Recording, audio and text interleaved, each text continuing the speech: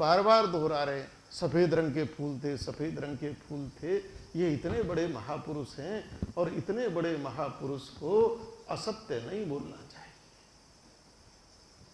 इतने बड़े महापुरुष को के मुख से असत्य शोभा नहीं देता। लेकिन बड़े पवित्र महापुरुष हैं, इसलिए श्री हनुमान जी महाराज प्रकट हो गए। बोलिए श्री सिद्ध बलिए हनुमान जी महाराज की। और नमस्कार करके कहने लगे, संत प्रवर आप थोड़ा वाक्य सुधार लीजिए। बोले क्या? बोले वहां सफेद नहीं लाल रंग के फूल थे। संत ने अपने ग्रंथ को देखा, उसमें श्वेत लिखा था। बोले नहीं, जो ग्रंथ कहता है वही सत्य है, जो सदग्रंथ कहते हैं, धर्म ग्रंथ कहते हैं, वही सत्य है। हनुमान जी बोले कि ये तो लिखा होगा, लेकिन मैं तो अपनी आंखों से देख कर आया, मैंने खुद देखे भाई, इसलिए मैं कह रहा हूं। बोले हनुमान जी आपने देखे होंगे, वो आपका सत्य होगा, लेकिन शाश्वत सत्य नहीं, यथार्थ सत्य नहीं। यथार्थ सत्य तो वही है जो ग्रंथ कहता है, जो ग्रंथ कहता है। देखो इधर आ जाओ, इधर खाली है दो, थोड़ा दूर दूर ही बैठना भाई।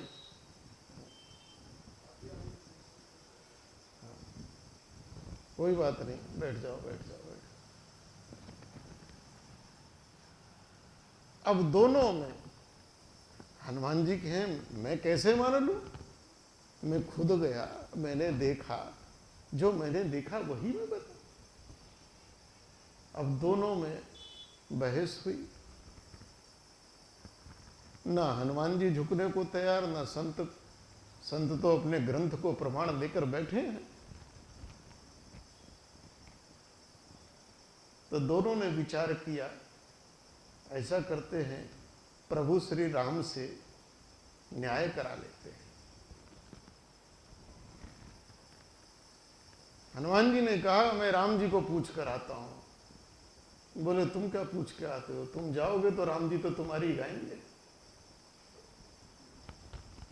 राम जी हमारी बात थोड़ी रखेंगे। तुम्हारे एहसान इतने चढ़े हुए हैं, राम जी तो तुम्हारे हैं, राम दुआरे तुम रखवारे। बात हमारे सामने होगी, क्योंकि संत ने भी जान लिया कि बिना हनुमान जी की कृपा के राम जी, हनुमान जी की कृपा हो रही है तो आज अड़े रहो। और संत अड़े रहे। बोले नहीं, फैसला बात हमारे सामने होगी, नहीं तो राम जी तो आपका पक्ष ले लेंगे। बोले ठीक। तो राम जी के पास दोनों गए। अब श्री राम जी ने विचार किया कि एक तरफ मेरा संत है और एक तरफ सेवक है, बड़ी दुविधा है। मैं न संत को नाराज कर सकता हूं, न सेवक को। मैं न सेवक को झूठा बता सकता हूं, न संत को झूठा बता सकता हूं। तो राम जी ने भी जो है रास्ता खोज लिया और कहने लगे श्री प्रभु श्री राम जी कि देखो भाई, ये बात ठीक है हनुमान जी, आप अशोक वाटिका गए, लेकिन थोड़ी देर के लिए गए, और हम लंका गए तो सही, लेकिन अशोक वाटिका हम भी नहीं गए। हमने तो श्री जानकी जी को बुलाने के लिए, लाने के लिए लंका विजय के बाद विभीषण जी को भेज दिया था, तो हमने देखा ही नहीं। आप ऐसा करो दोनों लोग कि जानकी जी के पास जाओ। जानकी जी तो लंबे समय वहां रही है, प्रतिदिन देखा करती थी, वही तुम्हारा न्याय करेंगे। फूल कैसे थे, सफेद थे कि लाल थे, भाई ठीक बात तो वही बता सकेंगे। बोले चलो भाई, संत बड़े धन्य हैं कि आज पता नहीं कब से मैं राम जी की महिमा गा रहा हूं, आज तो धन्य हो गए, राम जी के भी दर्शन और माता जी के भी। दोनों जानकी जी के पास गए, चरणों में प्रणाम किया है। प्रणाम करने के बाद दोनों ने अपनी अपनी बात रखी। हनुमान जी ने कहा, माता जी मैं तो देखो आपको पता है मैं आया था, आपसे मिला था ना अशोक वाटिका में। बोले हाँ आप आए थे।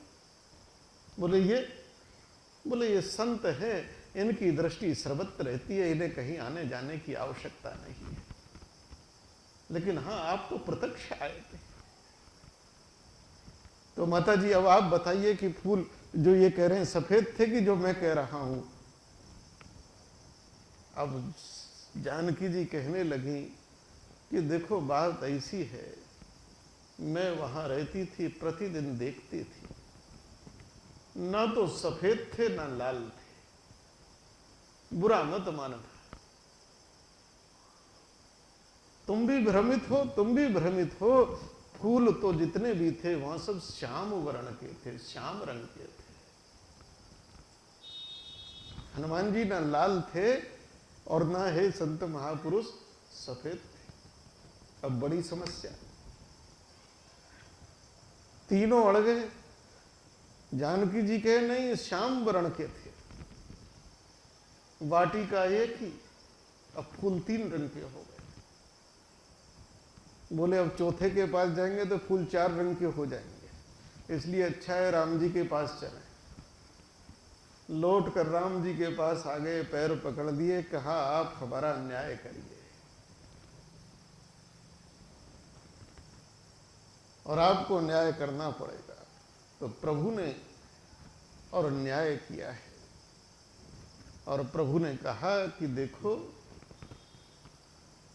जो शास्त्र कहता है,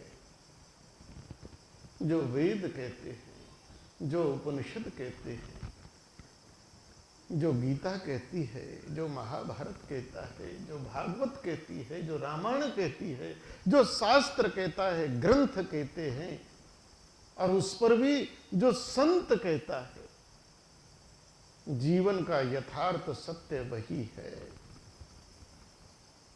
फूल न लाल थे न श्याम थे, फूल तो वैसे ही थे जैसा शास्त्र कह रहा है, जैसा ग्रंथ कह रहा है और जैसा संत कह रहा है। यथार्थ सत्य यही हुए।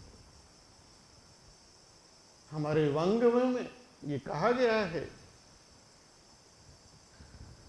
कि हरि अनंत हरि कथा अनंता, ये अनंत है, ये किसी एक किताब में समा नहीं सकता, ये किसी किताब में समा नहीं सकता।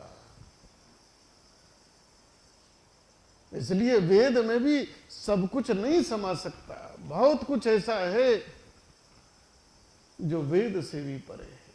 इसलिए वेदों में बाद में कहा गया ने इति ही, यही सब कुछ नहीं है, इससे परे भी बहुत कुछ है। इससे परे क्या है? जब वेद में नहीं मिलता तो फिर किसको माने? बोले तब कहा गया संत जो कहते हैं, जिस चीज का समाधान वेद में ना हो तब ये कहा गया है आप्त, कि उस परिस्थिति में संत जो कह दे वही नियम है, साधु जो कह दे। इसलिए प्रभु ने कहा कि फूल तो सफेद ही थे, तो हनुमान जी का थोड़ा मुंह बन गया। बोले दिन रात हमने इतनी सेवा करी, इतने उपकार करे हैं, और इनके सामने हमें झूठा कर रहे हैं। हम खुद देख कर आए वहां, हम कोई झूठ बोले? तो श्री हनुमान जी मन में जब सोचे तो प्रभु ने कहा कि देखो हनुमान जी महाराज, आप भी गलत नहीं हो, समस्या आपकी वृत्ति है। बोले उस समय जो आपकी वृत्ति थी वो क्रोध की वृत्ति थी,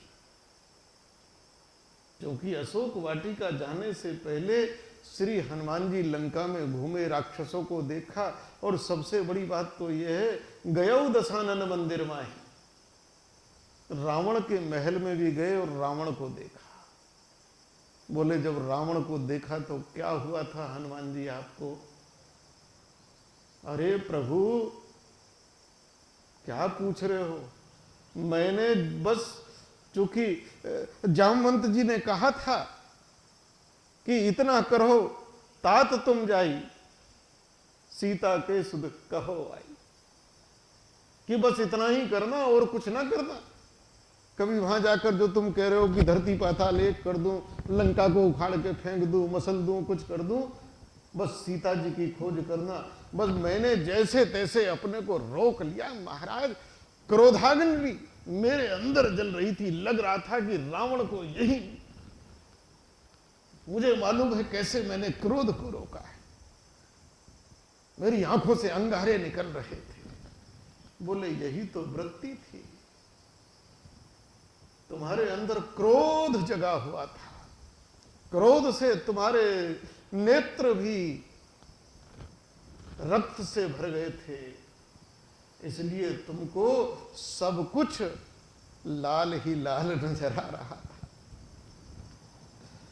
दोष तुम्हारा नहीं, तुम्हारे उस क्षण की वृत्ति का है। हनुमान जी तुम भी गलत नहीं हो, क्योंकि उस समय वृत्ति तुम्हारी। हनुमान जी ने उठकर माथा झुकाया। अब जानकी जी कहने लगी, मन में सोचने लगी, देखो अपने संत और सेवक को तो इन्होंने, और इन दोनों के सामने हमको झूठा बना दिया, अभी इनको जाने दो, फिर घर का मामला घर में निपटाएंगे। प्रभु को भी लगा कि भाई रहना दो घर में ही।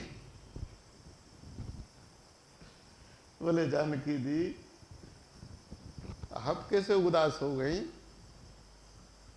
आप भी गलत नहीं हो, आप भी सत्य हो,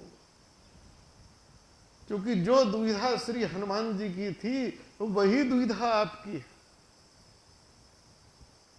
बोले हमारी कौन सी दुविधा है? बोले वृत्ति की। जिस क्षण जैसी वृत्ति होती है उस क्षण वैसी ही दृष्टि हो जाती है, और जैसी दृष्टि होगी वैसी ही फिर सृष्टि हो जाती है। हे जानकी जी यह बताइए आपके चित्त में उस क्षण क्या था? आपकी दृष्टि, उस दृष्टि में उस क्षण क्या था? गोस्वामी तुलसीदास जी ने स्पष्ट लिखा है कि निज पद नयन दिए मन राम पद कमल ली।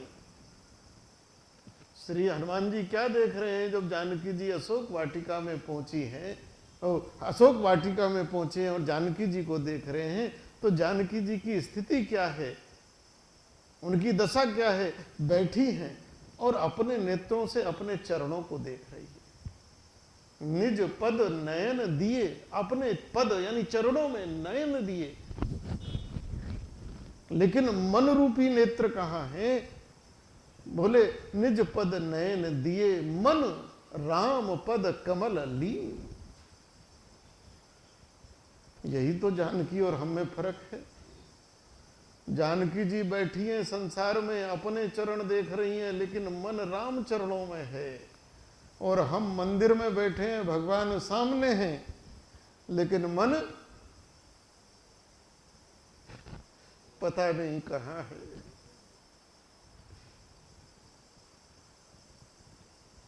बुजुर्गों ने, हमारे ऋषि मुनियों ने कहा कि भैया नंगे पैर जाया करो मंदिर, कथा में भी जाओ नंगे पैर जाओ, जितने चरण चल कर जाओगे उतना ही पुण्य मिलेगा।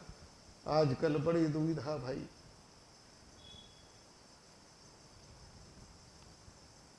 अब देखो, जो जीवन भर जिसे पैरों में रगड़ना है, गंदगी में रहना है, किसी ने थूक रखा होगा, किसी ने लघु शंका कर रखी होगी, कहाँ कहाँ क्या कहाँ कहाँ पे। वो जूता खरीदने जाओ तो एयर कंडीशनर में मिलेगा, जिसे जीवन भर गंदगी में रहना है। लेकिन जिसमें तुलसी पत्ता डालकर ठाकुर जी को भोग लगाना, वो सब्जी खरीदने जाओ तो नाले के ऊपर मिलेगी, गंदे नाले के ऊपर। कैसी बड़बड़ा। जूते का रेट सुन के चक्कर आ जाता है। एक बार वहाँ गाजियाबाद में हम सर्दी आ गई, जूते चाहिए थे, एक भगत को कहा तो वो मोहित जी को के साथ चला गया। हमने कहा 7 नंबर का एक ले आना भाई, 2-4 महीने चल जाए। बड़े अच्छे जूते कपड़ा के। बाद में एक दिन मोहित जी ने बताया कि 5,000 रुपये के आए हैं। अरे हमने कहा, तब से तो बुखार चढ़ने लगा, ये 5,000 के कोई उठा के ना ले जाए। 5,000 में तो हम 10 जोड़ी खरीदते। महंगा जूता पहनकर जाएंगे, जूता घर पे ना उतार के बिल्कुल गेट पर उतारेंगे, और ठाकुर जी को जब माथा झुकाएंगे, आकर हनुमान जी को माथा झुकाएंगे तो मन में धुकधुकी रहेगी, पीछे से कोई जूता साफ ना कर जाए। और महाराज अक्सर ऐसा ही होता है महंगे जूते के साथ। बाहर जब निकलता है तो देखा जूता साफ, तो मुंह जो है वो जूते से भी बुरा हो जाता है। हनुमान जी को माथा झुकाकर कहेंगे, तुमेव माता च पिता तुम्हें। देख उधर रहे हैं हनुमान जी, इधर ऐसा जूता को कहे तुम्हें वो माता। ध्यान वहां सीता जी अपने चरणों में ध्यान, लेकिन मन राम के चरणों में। कहने लगी, प्रभु हमारे मन में, हमारे चित्त में, हमारे नेत्रों में बस एक ही रूप समाया था, और वह क्या था? वह जो हमने आपकी अंतिम छवि देखी थी। और अंतिम छवि क्या? आपने धनुष बाण लिया है, और वो जो मारीच माया का मृग बना था, उसके पीछे आप जा रहे हैं। बस वो दृश्य हमने देखा, बस वही नेत्रों में श्याम समाया, वो ही समाया।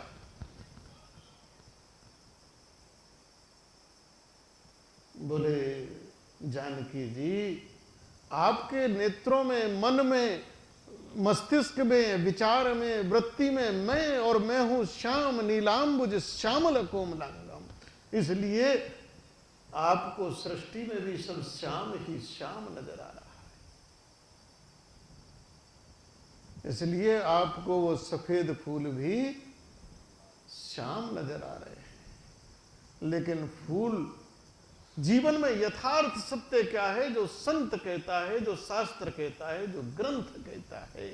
लेकिन जिस क्षण जिसकी जैसी वृत्ति होती है, वृत्ति सारूप्य मित्रतः, वृत्ति के अनुसार ही जीव अपने स्वरूप की कल्पना करने लगता है। स्वरूप कुछ होता है और वह अपने को कुछ मानने लगता है। तो ये चर्चा तो चलती रहेगी, और धीरे धीरे आनंद में 6 दिन कैसे बीत गए पता ही नहीं लगा, श्री हनुमान जी की कृपा से। और